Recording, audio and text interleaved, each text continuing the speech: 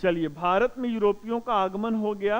अब इनका क्रम क्या है, इनका क्रम भी मैंने आप लोगों को बता दिया कि पहले पुर्तगाली आते हैं, फिर डच आते हैं, फिर अंग्रेज आते हैं, फिर डेनिस आते हैं, फिर उसके बाद कौन आता है, फिर फाइनली फ्रेंच आते हैं। तो कहानी की शुरुआत हम लोग कहां से करेंगे? कहानी की शुरुआत हम लोग पुर्तगालियों से किया जाएगा। किससे? पुर्तगालियों से किया जाएगा। तो अभी मैं क्लास का डिस्कशन कर रहा हूं आप लोगों के साथ। इसके बाद हम लोग क्या करेंगे? इसके बाद हम लोग नोट्स मेकिंग का प्रोसेस करेंगे। We will write now cover up on the notes in both language, in the English language as well as in the Hindi language. तो अंग्रेजों के बारे में आपने सुना है भाई ना, अंग्रेजों में आप पढ़ते ना गवर्नर जनरल की परंपरा रहती है। तो that designation was the European designation. Governor general की परंपरा, कोई भारत का ये पद तो था नहीं। तो इस तरीके से क्या है, इस तरीके से पुर्तगालियों में जो है वो गवर्नर जनरल की परंपरा चलती है। गवर्नर जनरल की परंपरा चलती है। अब थोड़ा ध्यान से आप लोगों को समझना है। कल मैंने प्री का एनालिसिस भी रख दिया था आप लोगों के सामने।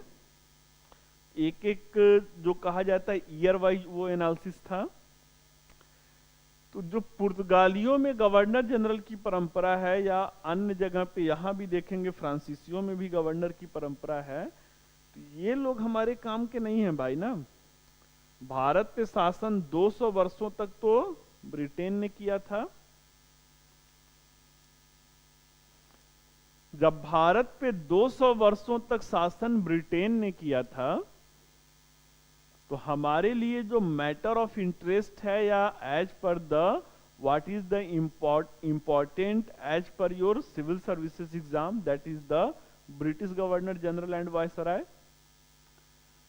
तो what we will do right now, we will have only the surface introductions of the governor general of the Portuguese. केवल हम लोग सतही तौर पर इनके बारे में जानने का प्रयास करेंगे। ठीक है, जो इनका इंपॉर्टेंस है बस उसी को देखा जाएगा। तो पहले गवर्नर जनरल इनको कौन कौन रहते हैं? तो the first governor general was the Alfonso de Albuquerque. Alfonso de Albuquerque.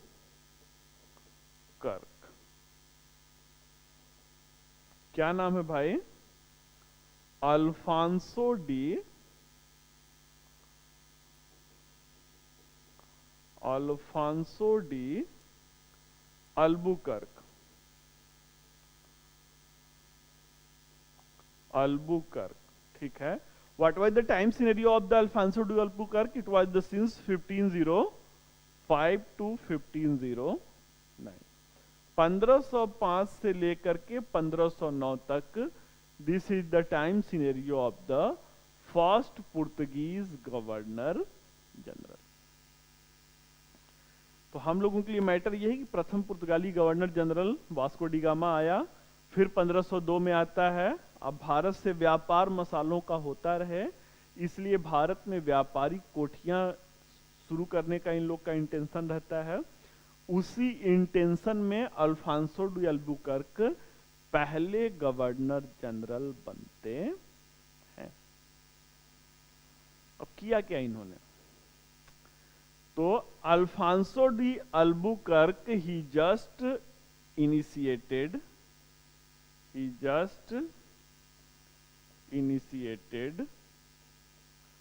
Blue water policy. Blue water policy इन्होंने कौन सी नीति चलाई भाई? नीले जल की नीति चलाई।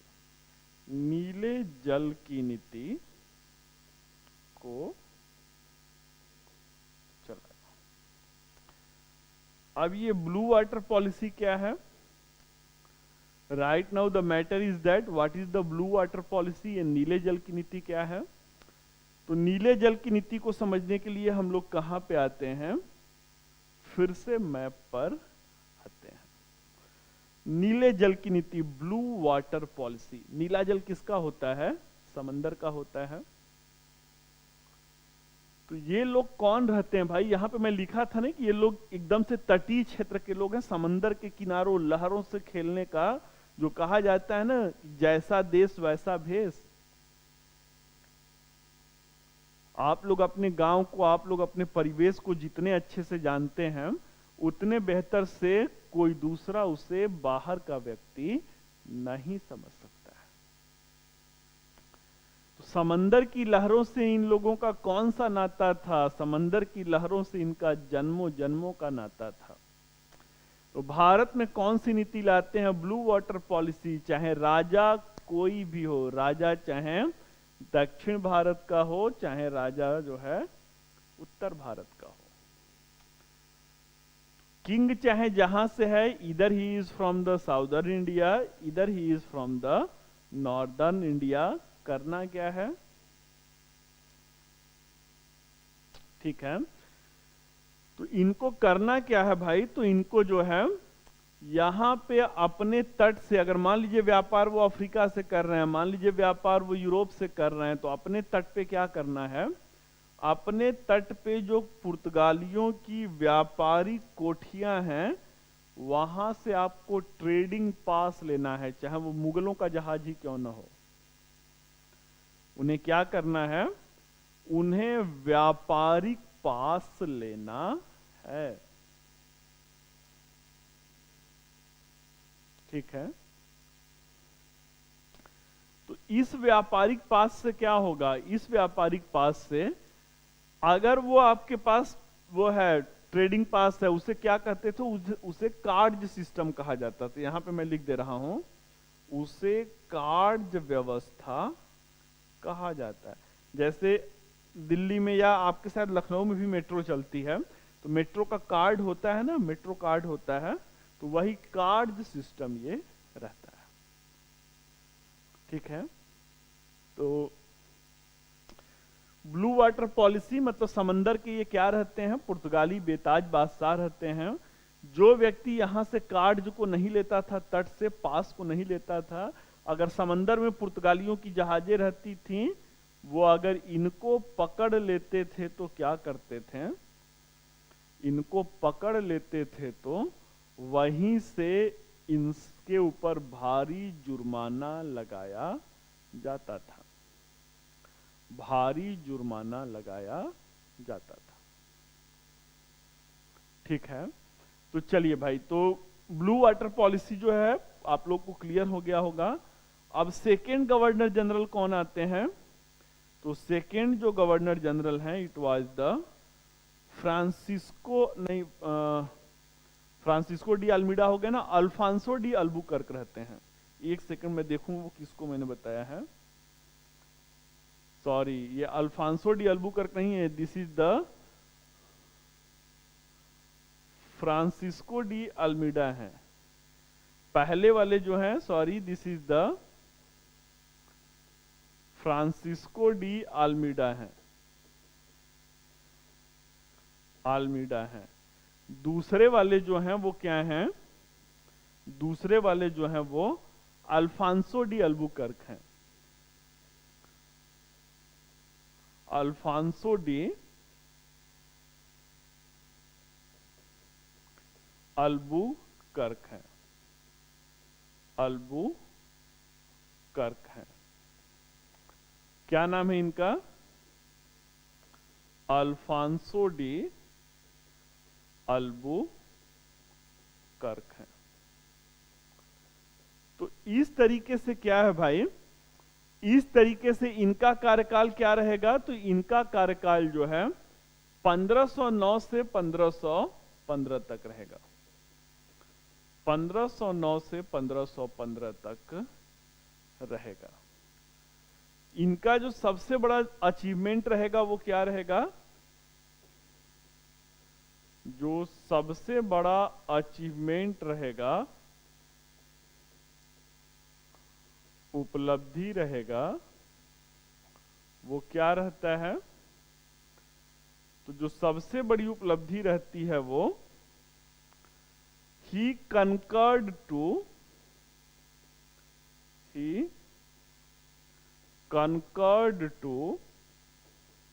गोवा। इन्होंने किसको जीता? इन्होंने गोवा को जीत लिया। इन्होंने गोवा को जीत लिया। जब गोवा को इन्होंने जीत लिया तो इसके पहले इनका हेडक्वार्टर कहाँ होता था? पुर्तगालियों का जो अपना मुख्यालय था वो कहाँ होता था? पुर्तगालियों का मुख्यालय कोचीन में होता था। कोचीन में इनका क्या था? हेडक्वार्टर था, मुख्यालय था।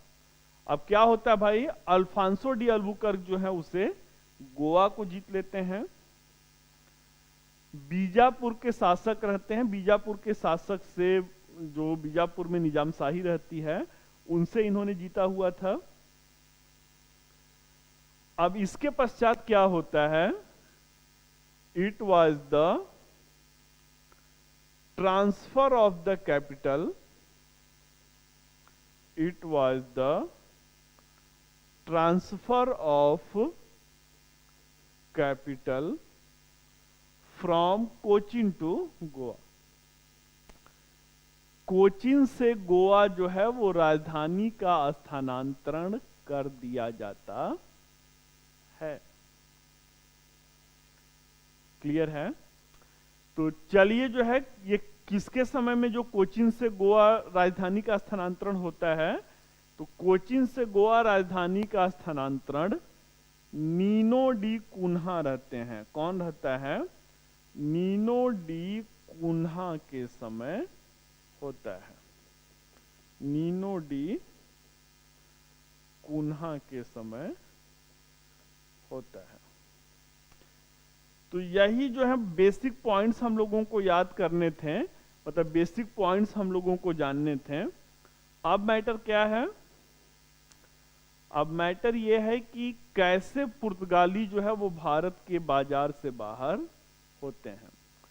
तो इट वाज द, ये 1560 का डिकेड्स रहता है। इट वाज द 1560s, 1560 का दशक रहता है। कौन है? पुर्तगाली राजकुमारी हैं। पुर्तगाली राजकुमारी हैं। नाम क्या रहता है उनका भाई? नाम उनका जो है वो कैथरीन ब्रेगांजा रहता है। कैथरीन ब्रेगांजा रहता है। कैथरीन ब्रेगांजा रहता है। इनका विवाह किससे होता है? इनका जो विवाह है, इनका जो मैरिज है वो किसके साथ होगा? तो इनका विवाह ब्रिटेन के राजकुमार हैं, ब्रिटेन के राजकुमार हैं, ब्रिटेन के प्रिंस हैं। नाम क्या है उनका भाई? तो ब्रिटेन के प्रिंस का नाम चार्ल्स रहता है। चार्ल्स रहता है। ठीक है। तो कैथरीन ब्रेगांजा का जो विवाह है, कैथरीन ब्रेगांजा का विवाह किससे हुआ? इनका विवाह चार्ल्स से होता है। और इसमें जो है दहेज के रूप में क्या मिला भाई? दहेज के रूप में एज अ डाउरी जो कहा जाता है, एज अ डाउरी जो कहा जाता है, ये कौन सा जगह मिल गया? बॉम्बे मिल गया। बंबई जो रहता है, बंबई इनको दहेज के रूप में मिल जाता है। अब भाई समझिए जो है कि जो दहेज प्रथा है, it does not means that this is the only the harsh reality of the Indian society. दहेज प्रथा जो है वो भारतीय समाज की ही जो है वो एक कह सकते हैं कि यथार्थ सच्चाई नहीं है।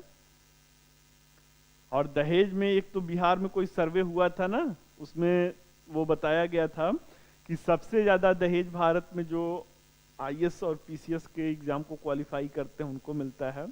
और बाकायदे वहां पे तो लिस्ट दिया गया था कि इन सब सारे एग्जामों को क्वालिफाई करने पे बिहार में अगर वो लड़का शादी के लिए चाहिए तो उनका रेट क्या है। सही है। तो मुद्दे की बात यह है कि ये डाउरी सिस्टम ऐसा नहीं कि बस केवल इंडिया में है, दहेज के रूप में पूरा बंबई, भाई बंबई का मतलब आप समझ रहे हैं, मुंबई जो आज शहर है इंडिया का इकोनॉमिक कैपिटल है, एक एक फ्लैट वहां पे 20-20 करोड़ के हैं। तो जैसे ही दहेज के रूप में इनको बंबई मिलता है, अब पुर्तगाली क्या होते हैं, पुर्तगाली जो है वो भारत में कमजोर होते हैं। जैसे ही दहेज के रूप में बंबई मिलता है, पुर्तगाली क्या होते हैं, पुर्तगाली भारत में कमजोर होना शुरू होते हैं। और अल्टीमेटली क्या होता है, अल्टीमेटली ये जो राजकुमार चार्ल्स हैं ये क्या करते हैं, ये बंबई को किसको दे देंगे, ये बॉम्बे को ईस्ट इंडिया कंपनी को दे देंगे। ये बंबई को ईस्ट इंडिया कंपनी को दे देंगे। तो ईस्ट इंडिया कंपनी पूरा बंबई पाती है, यहीं से क्या होगा, यहीं से अंग्रेज भारत में मजबूत होना शुरू होंगे, यहीं से पुर्तगाली जो है वो कमजोर होना शुरू होंगे। और यही जो कमजोर होना शुरू होंगे वो अल्टीमेटली क्या होगा, अल्टीमेटली इनका पतन हो जाएगा। अल्टीमेटली जो है वो पुर्तगालियों का पतन हो जाएगा। क्लियर है। और भी पतन के कारण रहते हैं, क्योंकि ये ऑप्शनल का बैच नहीं है, ऑप्शनल का बैच रहता है तो बहुत ज्यादा डेप्थ में हम लोग जाते हैं। कल मैंने आप लोगों को ट्रेंड एनालिसिस भी किया था, आपने देखा था कि इस सेगमेंट से तो कोई प्रश्न पिछले 12 सालों में पूछा ही नहीं गया है। पुर्तगालियों के पतन का एक और कारण रहता है कि भारत से ज्यादा जो है उनकी प्रायोरिटी कहां पर रहती है, भारत से ज्यादा उनकी प्रायोरिटी जो है वो ब्राजील में रहता है। तो चलिए भाई, पुर्तगालियों की कहानी खत्म हुआ।